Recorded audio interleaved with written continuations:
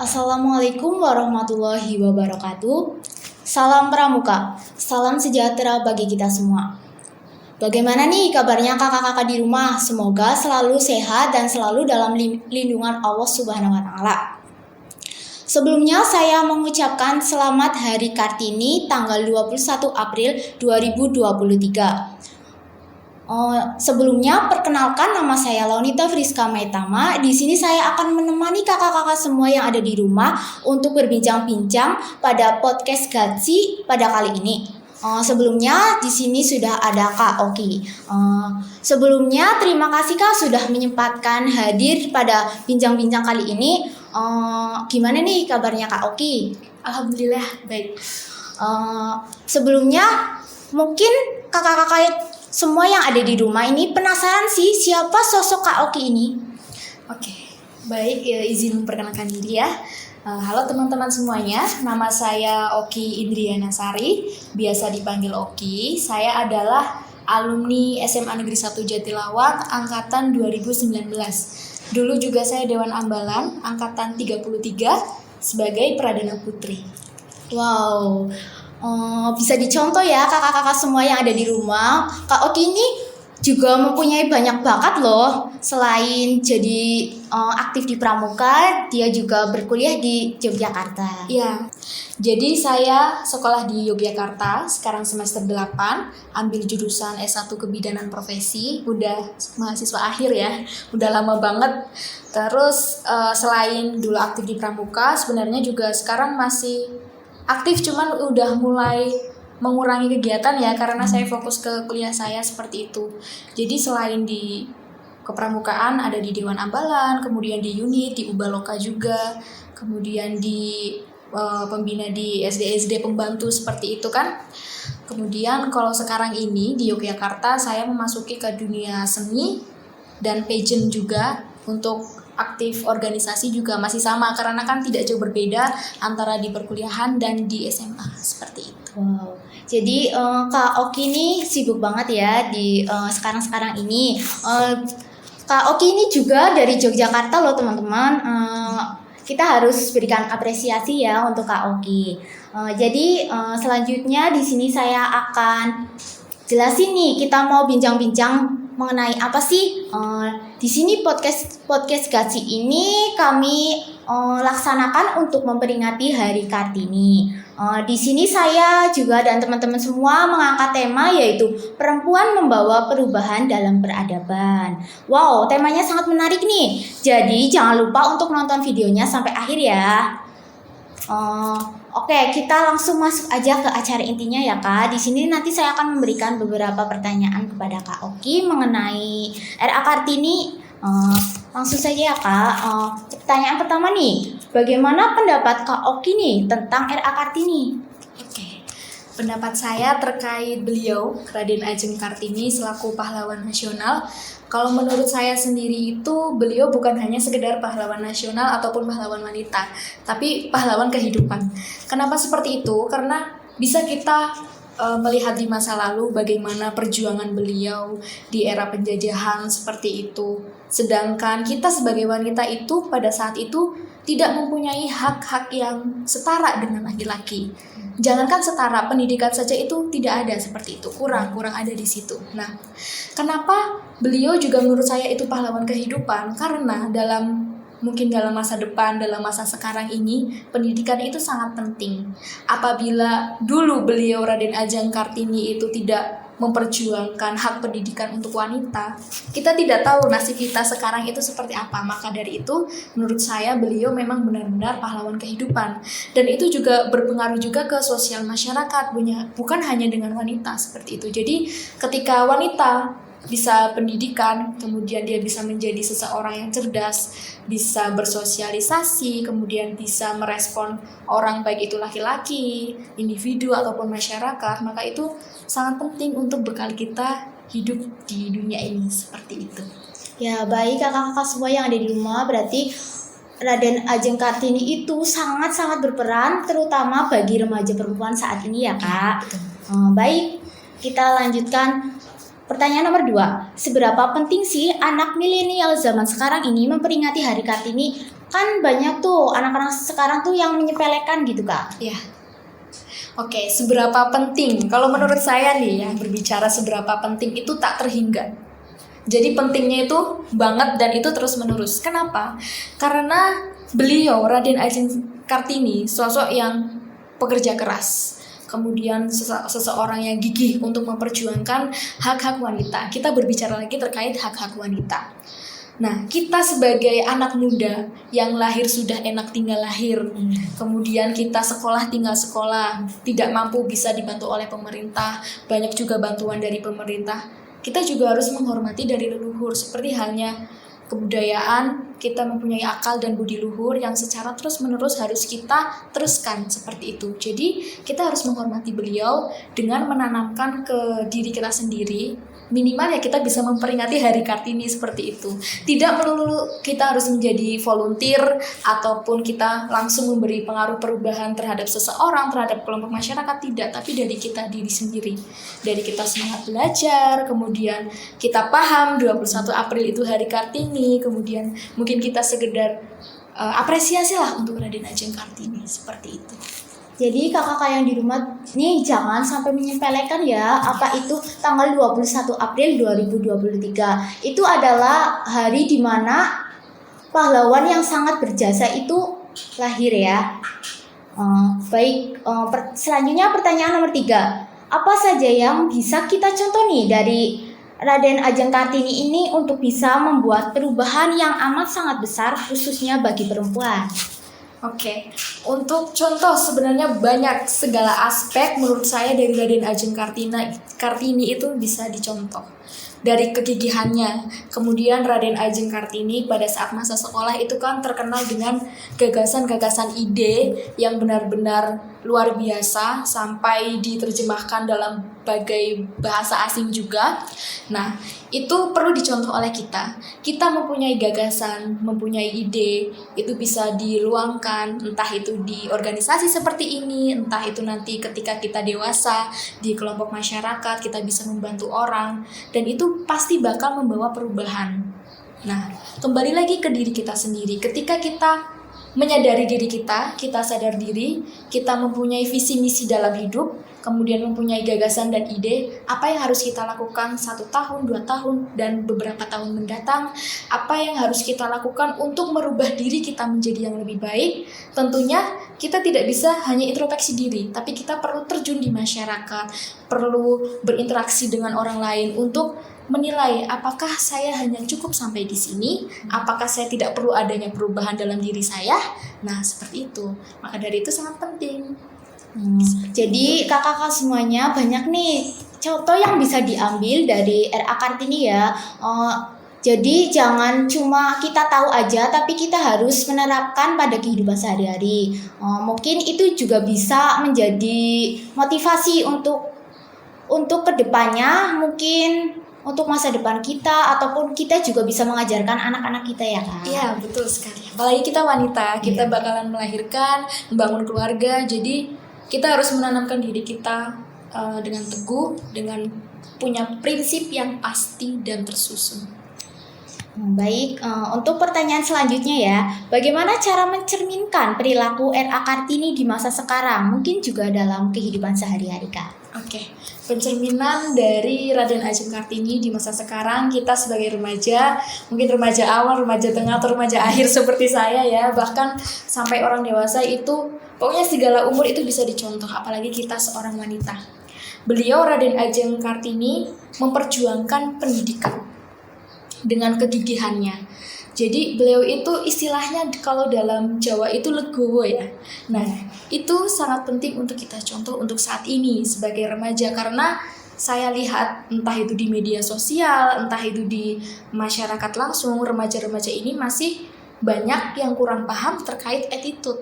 Nah, sedangkan attitude itu sangat penting. Jadi kita sudah mendapatkan pendidikan yang layak, kita mungkin sudah mencontoh dari Raden Ajeng Kartini yang pejuang keras, gigih, kemudian memperjuangkan hak wanita, menjadi seorang pemimpin. Mungkin teman-teman yang ada di organisasi berani berdiskusi, kemudian berbicara di depan umum, mengajak masyarakat. Tapi kalau misalkan kita tidak mempunyai attitude yang baik dan yang benar, itu bakalan fatal untuk di masa remaja sekarang. Contoh ketika kita berkomentar di media sosial, kemudian bagaimana respon kita terhadap sesama teman. Meskipun kita sesama teman dekat, kan kita harus saling menghormati juga. Seperti itu. Jadi attitude itu sangat penting ya Kak, nggak harus ilmunya dulu yang diajarkan, tapi attitude itu sangat penting. Itu lebih tinggi daripada ilmu pengetahuan. Iya, betul. Baik, untuk pertanyaan selanjutnya, ada nggak sih nilai dari sosok Raden Ajeng Kartini ini yang mempengaruhi kehidupan Kak Oki sendiri nih? Oke, nilai dari Raden Ajeng Kartini ya. Setahu saya beliau itu kan dulu pernah mengalami diskriminasi, tapi beliau tetap untuk kekeh ya, untuk tetap berpendidikan, untuk melanjutkan pendidikan yang tinggi dan memperjuangkan atau membuka pendidikan bagi pribumi.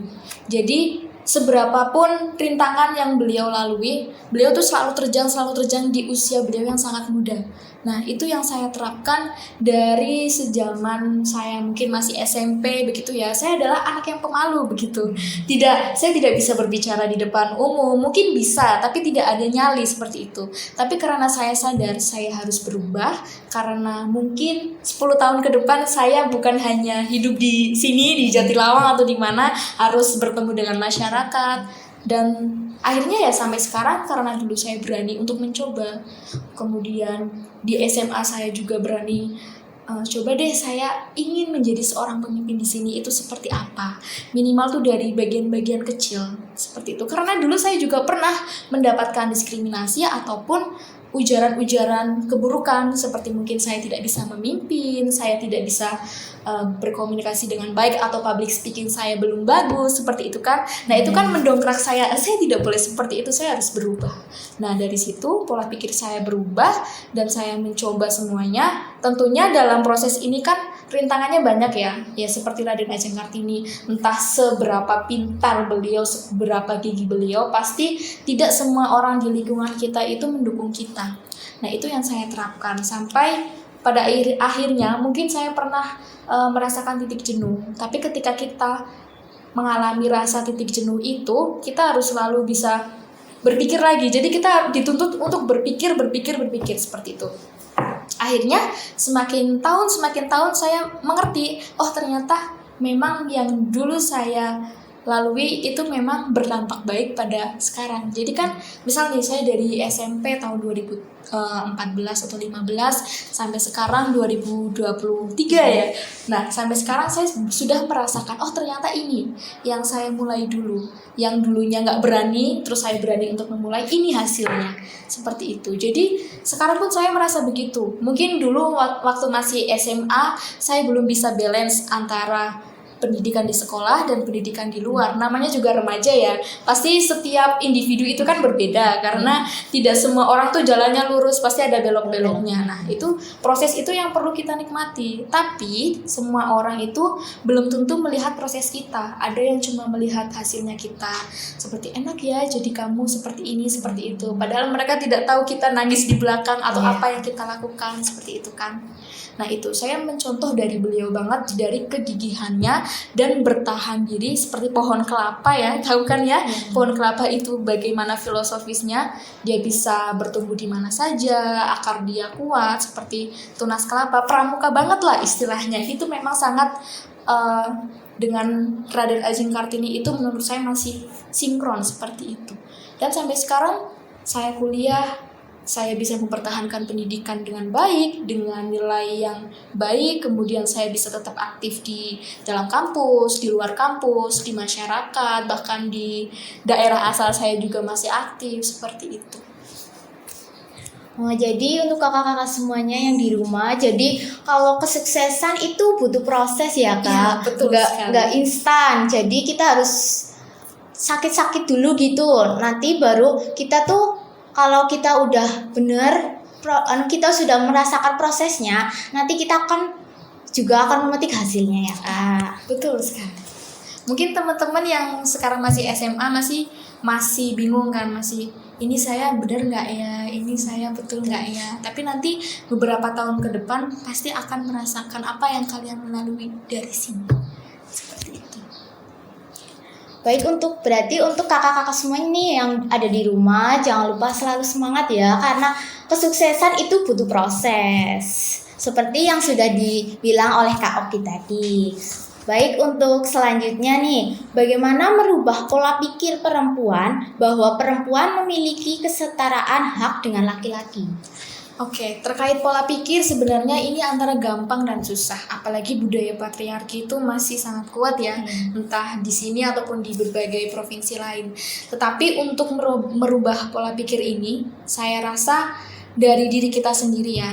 Dari diri kita sendiri, mungkin yang awalnya dia hanya anak pendiam, tapi kita juga tidak bisa menyepelekan anak pendiam. Jadi bisa saja dia sedang berpikir seperti itu kan. Jadi kita tidak boleh membedakan orang. Nah, pola pikir ditanamkan dari diri kita. Kita mau maju kemana, visi misi kehidupan kita, apa yang mau diambil.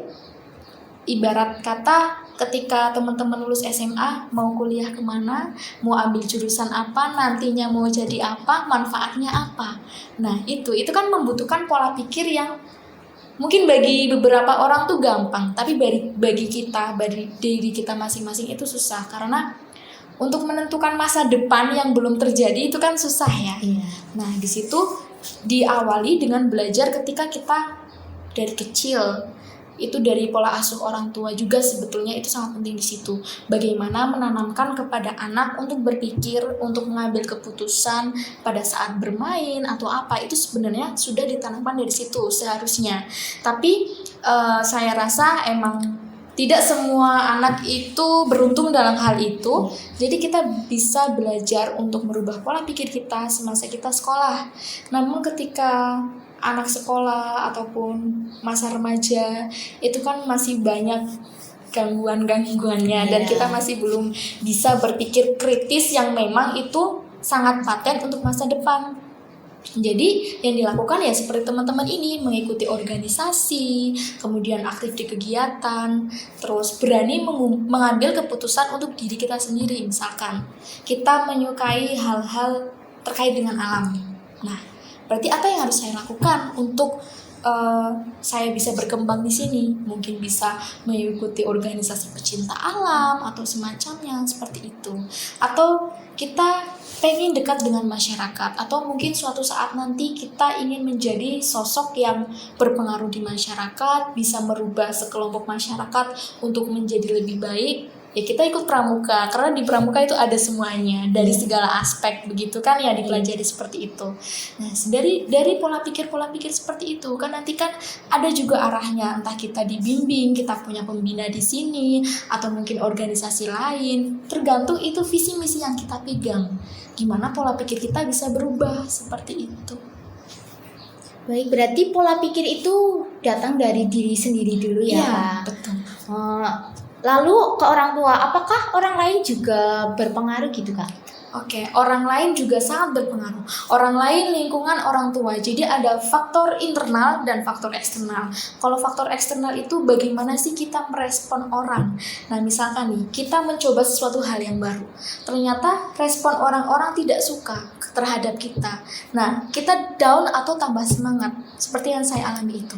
Ketika kita memang sudah paham apa yang kita lakukan itu adalah hal yang positif, kemudian kita mendapat respon negatif dari banyak orang, is okay. Kita sampingkan saja seperti itu. Kita tunjukkan suatu saat nanti kita yang lakukan itu bermanfaat. Itu merubah pola pikir kita, juga merubah pola pikir orang lain. Seperti itu. Kalau untuk orang tua, bagaimana cara kita meyakinkan orang tua untuk apa yang kita lakukan adalah pasti bermanfaat untuk diri kita, entah sekarang, entah tahun besok dan berikutnya. Pola pikir itu berputar-putar di situ. Jadi pola pikir juga berpengaruh dengan bagaimana kita mengatur emosional, kemudian kondisi psikis kita itu sangat sinkron di situ. Jadi pengaruh dari luar itu juga sangat berpengaruh sebenarnya ya Kak. Untuk jadi untuk omongan yang mungkin diri kita itu kurang enak, tapi mungkin itu adalah sebuah proses ya Kak menuju sukses itu. Baik, ini untuk pertanyaan yang terakhir ya. Apa sih motivasi Kak Oki yang bisa diberikan nih bagi perempuan di luar sana agar bisa selalu mempunyai semangat, agar bisa menjadi sosok yang bisa berperan penting dalam perubahan? Motivasi, berbicara motivasi setiap individu itu berbeda begitu ya. Tetapi kalau motivasi yang saya pegang itu, saya harus menelusuri dari segala penjuru untuk menemukan jati diri saya. Itu yang saya terapkan dari saat saya remaja awal mungkin ya. Jadi ya masa-masa remaja itu nakal wajar gitu, asalkan masih batas wajar gitu kan. Nah, tapi di situ saya termotivasi. Jadi saya berkenalan dengan orang banyak, saya berkunjung ke berbagai tempat, berbagai kelompok masyarakat, berbagai organisasi untuk saya menelusuri, mengidentifikasi apakah ini positif untuk saya, seperti itu. Kemudian ketika itu saya paham, saya mempunyai dampak positif di sini, saya nyaman di wadah ini, maka akan saya teruskan. Jadi prinsip yang saya pegang, ketika saya sudah mulai, maka akan saya tuntaskan sampai akhir. Contohnya ketika kita masuk di Dewan Ambalan, kita sudah proses dari awal, dari masuk PTA, PPA, kemudian Pantara, masuk ke Sangga Inti, kemudian seleksi sampai ke Dewan Ambalan, sampai ke kepengurusan, itu kan panjang prosesnya. Nah, kita juga harus tuntaskan sampai akhir. Jangan sampai kita berhenti di tengah-tengah jalan, karena ketika kita berhenti di tengah jalan, kita tidak bakal tahu manfaat mana yang bisa kita ambil. Seperti kita orang makan nih, kalau dalam agama itu kan kita habiskan semuanya, karena kita tidak tahu berkah mana yang ada di makanan itu. Seperti itu motivasi saya. Kemudian memperbanyak relasi. Jadi ketika saya menemukan orang baru, berkenalan dengan orang baru, itu pasti karakter berbeda-berbeda ya. Tidak semua sama. Jadi kadang saya kaget, oh ternyata orang seperti ini ya. Kemudian kebetulan karena saya aktif terjun di masyarakat juga, karena sesuai dengan jurusan saya ya, bertemu dengan entah itu ibu-ibu, sekelompok keluarga ataupun remaja, itu saya pahami di situ. Karena untuk menilai karakter seseorang, karakteristik masyarakat, itu bisa merubah diri kita. Jadi kita bisa menyesuaikan diri dimanapun. Kita bisa menyesuaikan diri ketika sesama teman, atau antara aku dan kamu, atau antara aku dan dia, seperti itu. Atau kita bisa menyesuaikan diri ketika kita berada di kelompok masyarakat yang umurnya jauh berbeda dengan kita. Nah, dari situ banyak sekali pelajaran-pelajaran yang diambil. Jadi kita harus memang benar-benar mencari jati diri. Ketika kita sudah paham kita alurnya di mana, kita nyamannya di mana, pasti kita mempunyai motivasi yang kuat untuk kedepannya, seperti itu. Jadi kalau saya perbanyak relasi, pokoknya siapapun itu saya terima. Kita kenalan, kita kerjasama. Kalau misalkan saya nyaman, pasti saya bakalan melanjutkan itu sampai tuntas. Dan itu sangat penting untuk bekal kita. Bukan hanya motivasi, tapi pengalaman, relasi itu juga masuk dalam satu lingkaran, seperti itu. Jadi relasi itu juga berpengaruh ya. Mungkin itu salah satu motivasi Kak Oki sendiri. Mungkin aku mau tanya nih, kalau semisal kita tuh ketemu orang, tapi kita tuh mungkin merasa nggak nyaman loh, nggak sinkron. Terus gimana sih respon kita? Harusnya gimana gitu? Ini terkait dengan karakter dan respon kita ya. Nah, itu sebetulnya saya juga mengalami seperti itu. Apalagi bertemu dengan berbagai orang dengan segala usia, pasti kan ada orang yang memang dari awal first impression-nya itu baik, ada yang mungkin canggung atau apa. Nah, itu dari diri kita. Kalau misalkan kita pembawaannya enak, pembawaannya selalu gembira, istilahnya friendly seperti itu, pasti orang yang tadinya responnya kurang, dia akan tergali. Nah, akhirnya kan tidak awkward gitu loh, tidak canggung seperti itu. Jadi bagaimana dari diri kita? Kita tidak perlu memikirkan orang lain, dia nyaman gak ya sama saya ketika berbicara, dia nyaman gak ya sekarang duduk berdekatan dengan saya. Jangan pernah memikirkan seperti itu, tapi tunjukkanlah kita sebagai manusia yang baik, kemudian kita dengan kehangatan gitu. Jangan sampai kita diam, mereka juga diam, seperti itu. Jadi ada pertanyaan lagi nih Kak, mengenai berorganisasi itu sangat penting atau enggak sih? Semisal kayak anak pendiam nih, mungkin aku juga pernah mengalami itu pendiam, terus bingung nih mau milih organisasi atau enggak, kayak semisal jadi siswa biasa saja. Tapi kalau semisal apa sih yang buat mungkin dampak yang paling besar untuk berorganisasi itu apa? Oke, terkait organisasi, kalau saya mendukung penuh organisasi itu sangat penting berapa ribu persen di masa mendatang. Walaupun mungkin setiap orang, entah itu orang tua, entah itu guru, entah itu teman-teman yang lain, menganggap organisasi itu tidak penting, membuang waktu, membuang tenaga, kita tidak mempunyai untung apa-apa. Tapi itu menurut saya salah, karena efek dampak organisasi itu kita bisa belajar bagaimana memanage suatu kelompok, kemudian kita bisa merubah pola pikir kita, jadi kita bisa mengurangi keegoisan kita. Karena dalam dunia kerja mungkin itu kan kita tidak sendiri ya, kecuali memang mau jadi pebisnis atau apa, itu juga tetap mempunyai jiwa kepemimpinan, kemudian pandai memanage waktu, memanage keuangan dan segala macam. Dan itu semuanya kan ada di organisasi. Nah, kenapa organisasi itu penting? Karena kita bisa belajar dari hal-hal kecil, dari sedikit-sedikit lah, entah itu organisasi dari zaman SMP, kemudian zaman SMA kayak sekarang, entah itu anaknya yang tadinya pendiam atau tidak, itu sangat penting karena dia bisa mengembangkan diri. Jadi mungkin yang tadinya pendiam terus masuk organisasi dituntut untuk bisa public speaking, untuk bisa berbicara dengan orang banyak. Mungkin di Dewan Ambalan kita harus bisa mengedukasi adik-adik kelas kita, bisa mengedukasi mungkin pramuka-pramuka siaga, pramuka-pramuka penggalang, ataupun ketentuan apapun itu yang di organisasi lainnya. Dan itu kan mau tidak mau kita harus belajar, kita harus bisa memenuhi ketentuan itu, kita harus bisa memenuhi standar itu.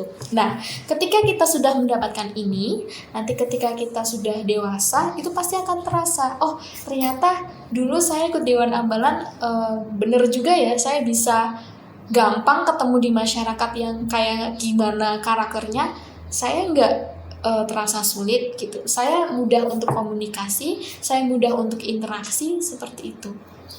Jadi berkelanjutan, tidak berhenti, dan tidak ada yang tidak bermanfaat, seperti itu. Berarti kakak-kakak semua yang ada di rumah, berorganisasi itu sangat penting ya. Mungkin kita juga harus keluar dari zona nyaman ya Kak. Betul sekali. Mungkin gimana sih kalau kita tuh beradaptasi supaya kita tuh nyaman berorganisasi? Oke, adaptasi untuk di organisasi sebetulnya setiap individu itu beda. Karena ada orang yang memang di awalnya harus memahami dulu, ini teman-teman saya di organisasi seperti apa, kemudian aku harus melakukan apa. Kadang ada orang yang seperti itu, tapi kadang ada orang yang memang mungkin sudah sangat ekstrovert ya, dia langsung bisa beradaptasi. Nah, dari hal-hal kecil kita minimal mengenali sesama teman satu organisasi. Misalkan saya kenal kamu di organisasi ini, kamu karakternya seperti apa. Jadi kita bisa saling memahami. Misalkan dalam organisasi, dalam perkegiatan itu kan pasti lelah. Dalam kelelahan ini pasti ada aja anak yang emosi. Nah, kita paham nih, oh dia memang kalau lelah seperti itu. Kita paham, kita tidak baper. Nah, akhirnya kan kita tidak mempermasalahkan hal tersebut. Kita hanya bisa membantu mungkin menenangkan atau mendinginkan suasana, seperti itu. Kita harus paham sesama teman dan saling menghargai. Jadi jangan sampai dalam organisasi itu merasa ada yang tinggi, ada yang rendah. Enggak. Meskipun saya pradana dulu, saya bisa kok bantu angkat-angkat kayu bakar, meskipun itu dilarang gitu. Tapi saya tetap lakukan itu karena di sini tuh tidak ada perbedaan, kayak sebuah jabatan itu ya hanya jabatan. Kalau misalkan kita kerja ya kerja sama semua, satu berbaur jadi satu. Kalau misalkan di organisasi itu ternyata ada gap mungkin antara pradana dengan Adimas atau apa, itu tidak bakalan jalan. Atau mungkin di organisasi lain antara ketua dengan si acara atau si humas, itu nggak akan berjalan lancar kalau mereka ada gap. Saya lebih tinggi daripada Anda, itu tidak bisa di organisasi seperti itu. Mungkin di jabatan iya, di porsi untuk tugas-tugas iya, tapi untuk kerjasama tidak bisa dilakukan seperti itu. Karena kita tidak pernah tahu isi hati seseorang, apalagi teman-teman organisasi, apalagi kita lagi capek-capeknya, lagi semrawutnya pikiran kita untuk memikirkan kegiatan, itu kan pasti emosi dan segala macam bercampur aduk. Nah, di situ bisa menimbulkan perpecahan. Nah, ketika kita bisa saling memahami, saling menghargai, tidak ada gap antara divisi, itu bisa membawa kita ke visi misi kita yang kuat dan bisa berhasil di situ. Dan kita nyaman, kita tidak ada masalah yang berat, tidak ada masalah yang begitu besar seperti itu. Kita bisa berjalan bareng-bareng, istilahnya seperti itu. Ya, itu dia ya motivasi dari Kak Oki. Jadi motivasi kunci sukses berorganisasi itu jangan menurunkan ego ya Kak. Ya. Salah satunya. Sekian pertanyaan yang bisa saya sampaikan. Terima kasih atas jawaban Kak Oki. Jadi di sini saya akan memberikan kesimpulan nih sama buat kakak-kakak semua yang ada di rumah. Jadi RA Kartini itu mempunyai jasa yang sangat besar bagi perempuan di Indonesia. Selain itu, Raden Ajeng Kartini ini juga bisa dijadikan contoh teladan hidup ya Kak. Terutama bagi remaja milenial zaman sekarang ini.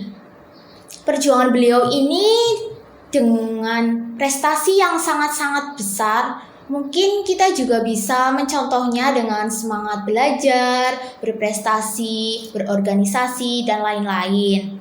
Agar perempuan itu bisa dikatakan setara dengan laki-laki.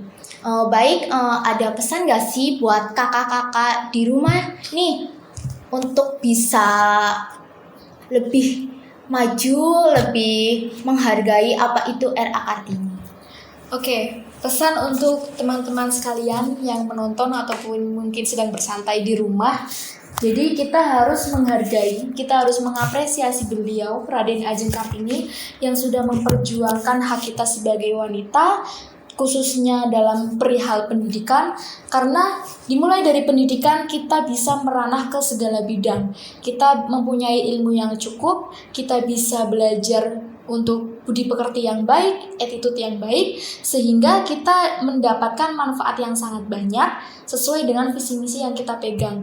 Dan jangan lupa untuk tetap berkembang. Kemudian carilah relasi sebanyak-banyaknya untuk mendapatkan tujuan hidup kalian. Seperti itu. Itu pesan ya buat kakak-kakak semua nih. Mungkin itu juga bisa dijadikan motivasi untuk kakak-kakak semua yang sudah menonton video ini sampai akhir ya. Sekian saja bincang-bincang pada podcast kali ini. Saya ucapkan terima kasih banyak untuk Kak Oki sudah mau menyempatkan waktunya dan datang untuk berbagi ilmu nih kepada kakak-kakak semua. Saya juga mengucapkan terima kasih nih kepada semua Dewan Ambalan Angkatan 38 yang sudah mau berpartisipasi untuk menjalankan podcast kali ini. Jangan lupa ya, tadi mungkin jawaban-jawaban Kak Oki bisa dijadikan motivasi untuk kalian, terutama para perempuan zaman sekarang ya, di era milenial ini. Sebab menurut Bung Karno nih, perempuan adalah yang mula-mula induknya kultur. Dialah pembangun kultur yang pertama. Dia dan bukan laki-laki ya. Dia pembentuk pembangun peradaban manusia yang pertama, perempuan. Jadi jangan sepelekan perempuan itu hanya sebagai ibu rumah tangga, tapi perempuan itu juga bisa melakukan hal-hal yang sama dengan laki-laki. Sekian video yang dapat kami sampaikan. Saya Launita Friska Metama undur diri. Mohon maaf bila ada kata-kata yang kurang berkenan atau kata-kata yang menyinggung pihak manapun. Wassalamualaikum warahmatullahi wabarakatuh. Salam Pramuka.